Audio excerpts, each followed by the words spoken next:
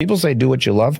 No, do what you have energy in. They're not always the same. Because if you don't wake up at 3 in the morning with an idea on what you're doing, you're going to lose to somebody who does. So I wake up in the middle of the, I know I'm on the right track and I won't be replaced. When in the middle of the night, I'm like, I'll give you an example. I own a psychology company called 12 Types. Okay. We do psychology profiles. You can use it for dating, but we've developed an enterprise version for businesses. I have so much energy for over 15 years on psychology tests, quizzes. My mentor is Dr. David Buss, who's the #1 living scientist on psychometrics, which is personality. He's been my mentor for 11 years. Nobody will ever compete with me in this. I have so much energy. I've never met, even Dr. Buss, who's a Harvard PhD. I have twice as much interest in it than him.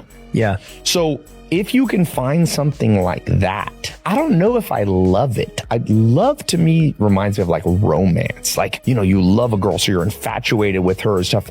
To me, where do you have crazy curiosity? Crazy energy. If you find that, you'll be fine in AI. But if you're doing something because you think it's a trend that'll make you money, you're going to get replaced with somebody who's super. I'll give you an example. I was talking to 2 guys here that are in the supplement business. I always ask this guy, they're in my private client program. I'm like, you ever wake up in the middle of the night and have an idea for your business? If they answer yes, I'm like, these dudes are making, they got 8 figures in cash. 3 years ago, they were broke. They have crazy wake up in the middle of the night energy, their brains looping like, oh, I think we should do that. And then I meet entrepreneurs and I ask them, I'm like, when you go to bed or when you're doing something, you forget about what you're doing, you're in the wrong thing, man. You will get replaced. So that's what AI will replace. Look, our brains are probably quantum computers. There's a Nobel Prize winner named Roger Penrose. He says the reason AI is not going to fully replace humans is our brain is a quantum computer, which means at the quantum, which is the very teeny parts of this universe, we, for example, just have a creative idea out of nowhere that nobody's ever had. It's almost like humans are little creators. Like most religions say humans are God. Jesus Christ said the kingdom of heaven is inside of you. Buddha is like about finding like the God within. So I think that AI, I think we're such good quantum computers that if you can feed your quantum computer, your brain, then AI will actually become your bitch. The question is, do we have a society that's now interested in self-improvement enough? That is the question. If not, AI is going to beat us. Well, I think with tech, AI, social media, all these things, right? They just amplify the cream, is my point. Yes. The cream just keeps rising and even rising. with AI. Yes. Any kind of tech, right? Yeah. If social media just amplified people who are already beasts, yes, it also will amplify you if you suck.